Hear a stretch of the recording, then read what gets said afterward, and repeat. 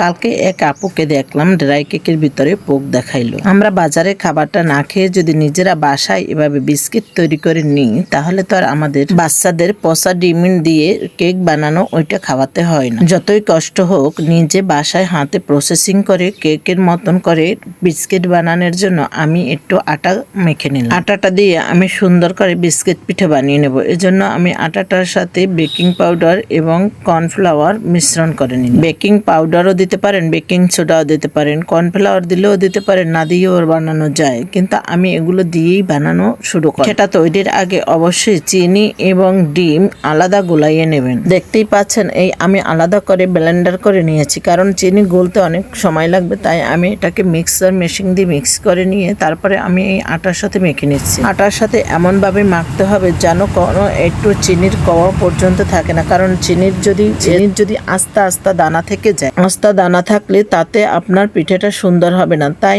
আমি আমার হাতে প্রসেসিং করতে আসি সুন্দর করে। কালকে ড্রাই কেকের যে অবস্থা দেখছে, আমি মনে হয় আমার এ জীবনে আর কোনো দোকানে ড্রাই কেক খাবো না, কারণ একটা পোক জন্ম হইতে কতদিন সময় লাগে সেটা আমাদের ভাবতে হবে।